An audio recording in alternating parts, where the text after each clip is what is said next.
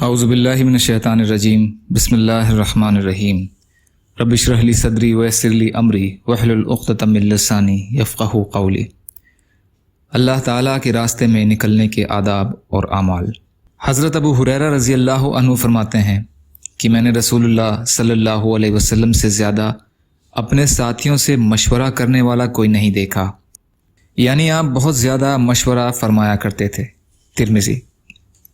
حضرت علی رضی اللہ تعالیٰ عنہ سے روایت ہے کہ میں نے رسول اللہ صلی اللہ علیہ وسلم سے عرض کیا، یا رسول اللہ، اگر ہمارے ساتھ کوئی ایسا معاملہ پیش آ جائے جس میں ہمارے لیے آپ کی طرف سے کوئی واضح حکم کرنے یا نہ کرنے کا نہ ہو تو اس بارے میں آپ ہمیں کیا حکم فرماتے ہیں؟ آپ صلی اللہ علیہ وسلم نے فرمایا، اس صورت میں دین کی سمجھ رکھنے والوں اور عبادت گزاروں سے مشورہ کر لیا کرو اور کسی کی انفرادی رائے پر فیصلہ نہ کرنا۔ طبرانی مجمع الزوائد۔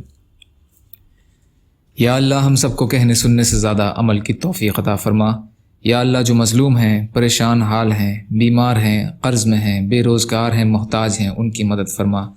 یا اللہ ہم سب کو اپنی استعداد کے بقدر اپنا حق ادا کرنے والا بنا۔ یا اللہ جو دنیا سے ایمان کی حالت میں چلے گئے ان کی مغفرت فرما۔ یا اللہ اپنے حلال میں سے دیجیے، اپنے حرام سے بچائیے۔ یا اللہ اپنے غیر سے بے نیاز کر دیجیے۔ یا اللہ آپ قادر مطلق ہیں، آپ کے لیے ہر چیز آسان ہے، ہمارے لیے آسانیاں پیدا فرمائیے۔ یا اللہ صبر کرنے والا، شکر کرنے والا، اچھی طرح عبادت کرنے والا بنائیے برحمتک یا ارحم الراحمین۔